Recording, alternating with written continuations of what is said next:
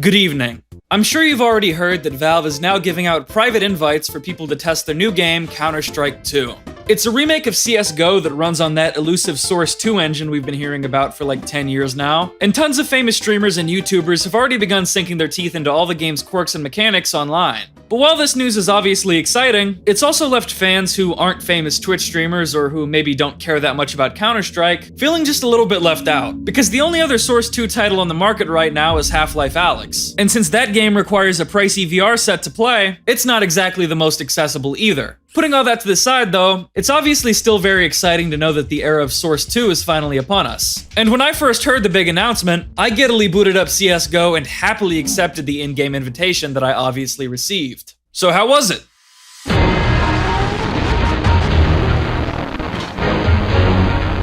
This sucks.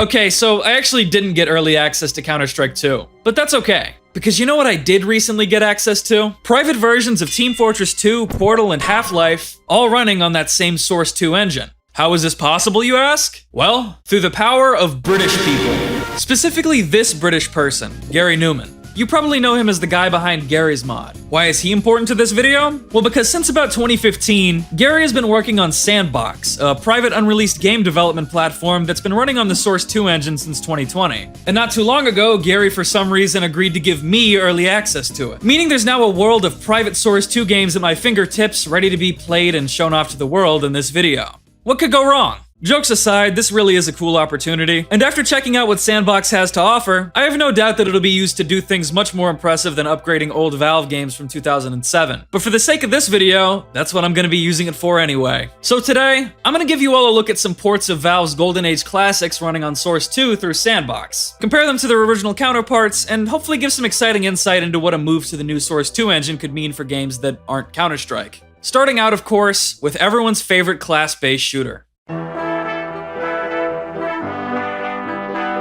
Team Fortress 2 is a game that never reached its full potential. It is one of the most beloved multiplayer FPS games of all time, still retains more than 70,000 daily players despite its age, and was a trendsetter for the genre in a lot of ways. However, despite its continued popularity, TF2 today feels under-maintained. It runs pretty poorly, has a horrible cheating problem, and in general has really started to show its age a bit. And it's because of all this that the idea of a Source 2 port breathing new life into the game has been fueling the wet dreams of TF2 players for a very, very long time now. In fact, you might even remember back in 2021 when this video of a supposed TF2 Source 2 port went viral, even though it was actually just a Unity engine project someone whipped up and never bothered finishing. However, this TF2 Source 2 project, developed by a team called Amper Software, is still actively being worked on and actually does run on Source 2. For real. I've always found it silly when amateur mod teams market themselves like professional game studios, but credit where credit is due, Amper is actually doing some pretty professional work here. The game is for the most part fully functional.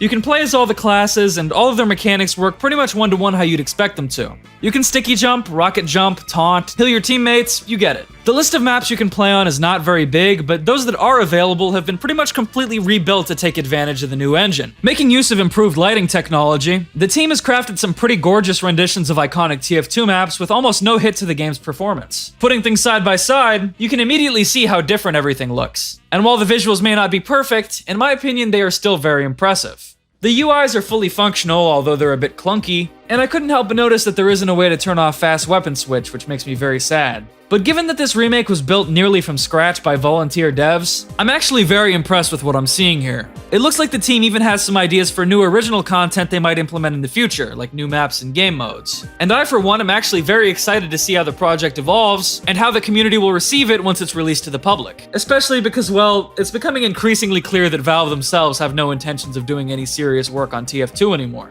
I think this project demonstrates that while an official Source 2 port of TF2 would be a monumental effort, it would also go a long way in modernizing the game, expanding its reach and potential, and of course improving its graphics and performance as well. Who'd have thought?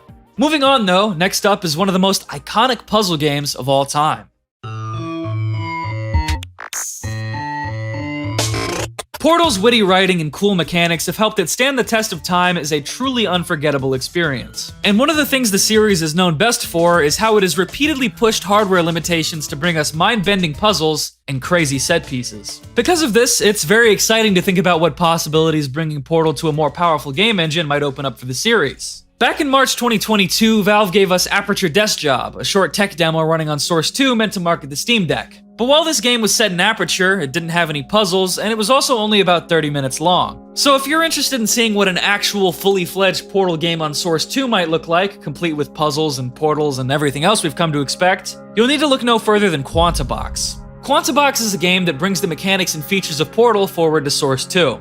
It doesn't have its own campaign, but the idea is that once Sandbox releases to the public, people will be able to use Quantabox to make their own Portal games on a more modern and flexible engine.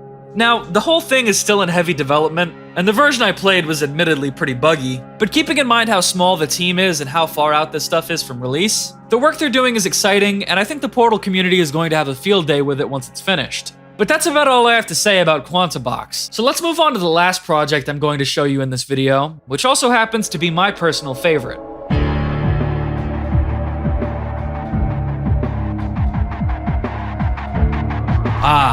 Half-Life. The game that gave Valve their start and forever changed the FPS genre. The Half-Life series is well known for pushing boundaries with every new release. Half-Life 1 showed us just how immersive a shooter game can get. Half-Life 2 demonstrated just how interactive and lifelike a game world can be, and Half-Life 3?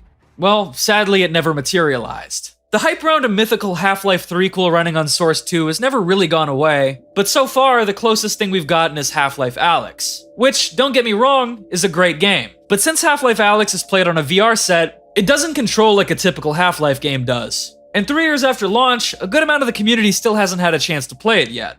That means for the VR impaired such as myself, the closest thing to an official Source 2 Half-Life experience would be, I guess, playing through these Half-Life 2 workshop maps with the no VR mod. But that kinda sucks. So instead, enter Half-Life Source 2, which lets you play both the classic single-player campaign from the original Half-Life and its multiplayer deathmatch mode, all revitalized on a brand new powerhouse of an engine.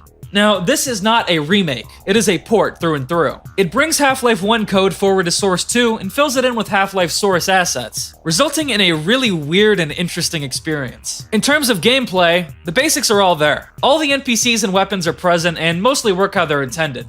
Mostly. In terms of visuals, it's definitely an interesting and cool effect to see these late 90s models tracked by real-time lighting and shadows. And these maps actually look pretty neat in my opinion, despite their sometimes glaring issues. The multiplayer deathmatch is just as fun as it is in the original, though I did run into some problems with weapon animation speeds, and the way the levels were ported seems to have led to some funny unintended consequences. But given that this whole thing is apparently created and maintained by pretty much just 2 people, this is still a very impressive project, and I actually had a lot of fun with it. Does Half-Life 1 really meaningfully benefit from being ported to Source 2? Probably not. I mean, if you want a modernized version of Half-Life 1, Black Mesa has been out for like 3 years now. But that doesn't mean Half-Life Source 2 isn't a cool experiment worth checking out once it releases. So what did we learn today? Well, Source is a really cool engine, and it seems like Source 2 might end up being even cooler. Maybe. It definitely has a lot of potential, and it's going to be interesting to see what other games Valve and their community end up building with it. Additionally, now that I've gotten my chance to toy around with Sandbox, I finally kind of understand the hype behind it. As a gmodder at heart, I had a lot of skepticism when I first started hearing about how it was a Garry's Mod successor, but after getting my hands on it myself, I've realized that it's not even really a game on its own, but rather a platform for people to build games from. It's obviously never going to replace gmod, but that's not even really what it's trying to do. Its direction is much broader than that, and I think it's probably going to be a bigger deal than people realize. Anyway, while these ports are interesting and show that bringing these classic games to the Source 2 engine could majorly improve their graphics and performance, they're also harsh reminders that that process isn't as simple as just copy and pasting old code into a new engine. There's a lot of kinks and bugs that need to be sorted out before any of this stuff is released to the public, and there's really no way of knowing how long that will take. That being said, if this is what a small team of ragtag volunteers or even just 2 people can come up with, using tools that get updated every single week and break their entire project, who knows what we'll see in the future when the broader community gets access to the finished and fully stable versions of all this stuff. It actually makes me think there might be a bright future for the Valve game modding community. Fingers crossed I didn't get anything wrong in this video, since I still don't really know all that much about Sandbox or how people develop games on it. But either way, thanks for watching. Thank you again to Garry for giving me Sandbox access. Join this thing and press this thing if you haven't already. Peace and have a good day. I've made a mess of things without you.